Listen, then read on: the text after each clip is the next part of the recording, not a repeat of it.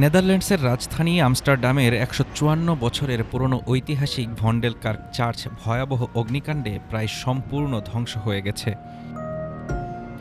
বৃহস্পতিবার ভোররাতে নববর্ষ উদযাপন শেষ হওয়ার কিছুক্ষণের মধ্যেই আগুন ছড়িয়ে পড়ে এই স্থাপনাটিতে। ফুটেজে দেখা যায় চারদিক থেকে আগুন নিয়ন্ত্রণে আনতে মরিয়া চেষ্টা চালাচ্ছেন দমকল কর্মীরা।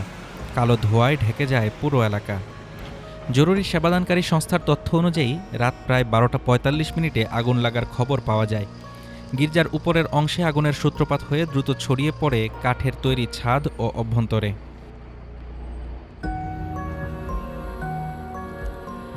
ভোর ২টা ৩০ নাগাদ গির্জার প্রায় ৫০ মিটার উঁচু চূড়া ও ছাদের বড় অংশ ভেঙে পড়ে মূল ভবনের ভেতরে। আগুনের কারণ এখনও তদন্তাধীন। নববর্ষের ব্যবহৃত আতশবাজি থেকে আগুন লাগতে পারে এমন জল্পনা থাকলেও দমকল বিভাগ এখনও কোনো নির্দিষ্ট কারণ নিশ্চিত করেনি। একজন স্থানীয় বাসিন্দা বলেন, এটা ছিল সত্যি একটি অসাধারণ গির্জা। নটর ডেমের আগুনের কথা মনে পড়ে গেল। হ্যাপি নিউ ইয়ার কিন্তু মোটেও সুখের নয়। কেউ না কেউ চরম বোকামি করেছে। ঘন ধোঁয়ার কারণে আশপাশের বাসিন্দাদের জানালা দরজা বন্ধ রাখতে বলা হয়।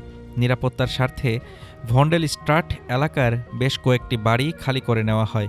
প্রায় ৯০ জন বাসিন্দা সাময়িকভাবে বিদ্যুৎহীন অবস্থায় পড়েন।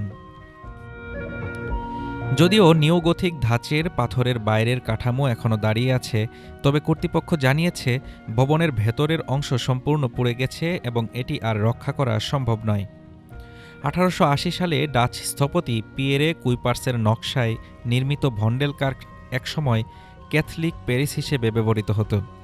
১৯৭৭ সালের পর এটি কনসার্ট, অনুষ্ঠান ও ব্যবসায়িক কর্মকাণ্ডের জন্য বহুমুখী স্থানে রূপ নেয়।